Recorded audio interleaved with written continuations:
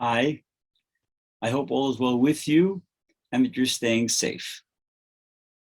This week, we're learning Parshas Savo, and we're less than 2 weeks away from Rosh Hashanah. Perhaps one of the most important aspects of Rosh Hashanah for us to keep in mind is the fact that although it's called Yom Hadin, there is no mention of tshuva during any of the tefillot that we have during Rosh Hashanah. The main goal of Rosh Hashanah is to proclaim the Ribono Shel Olam, the manhig of the world, the power that created the world and that runs every aspect of the world. That is what Rosh Hashanah is really about. Obviously, tshuva is important for us, and as we declare our acceptance and our understanding that the Ribono Shel Olam runs the world, it shows the movement that we're making in terms of trying to be better. And that's the essence of tshuva. In this week's Parsha, the Parsha begins with the mitzvah of Bikurim. Bikurim was a very special ceremony that took place every year. The first fruits of all the Sheva Minim that we have in Eretz Yisrael were taken up to Yerushalayim and given to the Kohanim. But those fruits weren't simply taken, but they were taken with a lot of pomp and ceremony. The farmers would march to Yerushalayim, and the locals would join in the parade towards the Beis Hamikdash.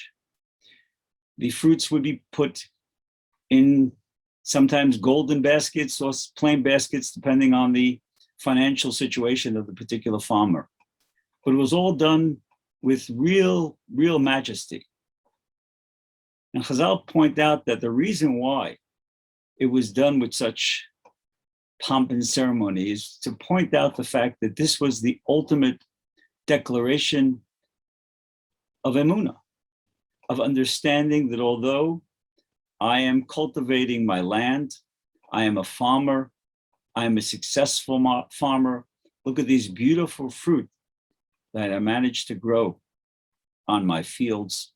I recognize that everything that I have attained, I have only attained through the grace of the Ribono Shel Olam, and that ultimately I can do nothing by myself. As Chazal point out over and over again, it's perhaps the starting point of all of our movement to be better, to recognize that Hakol B'dei Shemayim, everything that we have comes from the Ribono Shel Olam. There's nothing that we are able to do, nothing that we are able to do without the help of the Ribono Shel Olam. Another passage that we have in this week's Parsha are the blessings and the curses that were pronounced on Har Grizim and Har Eval. And the Torah depicts on how half of the Shvatim, 6 of the Shvatim were on Har Grizim, and 6 of the Shvatim were on Har Eval. And the Leviim and the Kohanim were in the middle, in the valley, and they would read the various curses and the various brachos. And all the Shvatim would say Amen.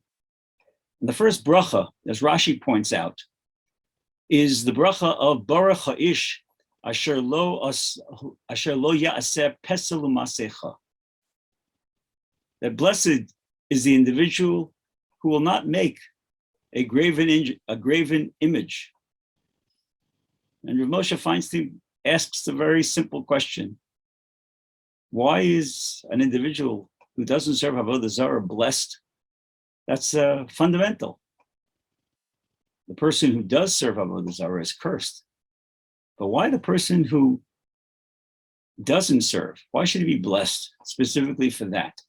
The pasuk actually says it's a blessing for that individual who doesn't create an Avodah Zarah in hiding, in secret. And Rav Moshe points out that the aspect of Avodah Zarah manifests itself in many, many ways. When we think of Avodah Zarah, we think of an individual bowing down to an idol. A person who believes in themselves is also worshiping a form of Avodah Zarah. And that's what the Torah means.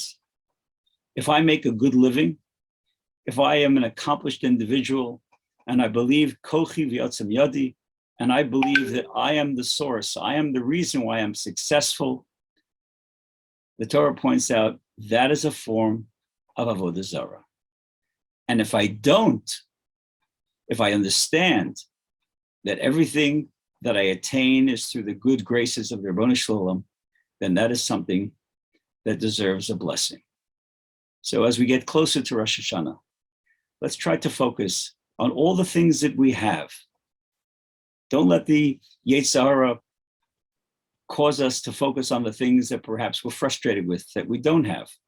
Look at all the wonderful, wonderful brachos that we all have. If you're watching this, then you can see. Let's not take that for granted.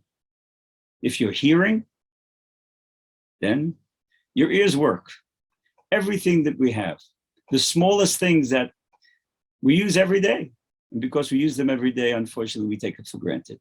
Every single one is a blessing.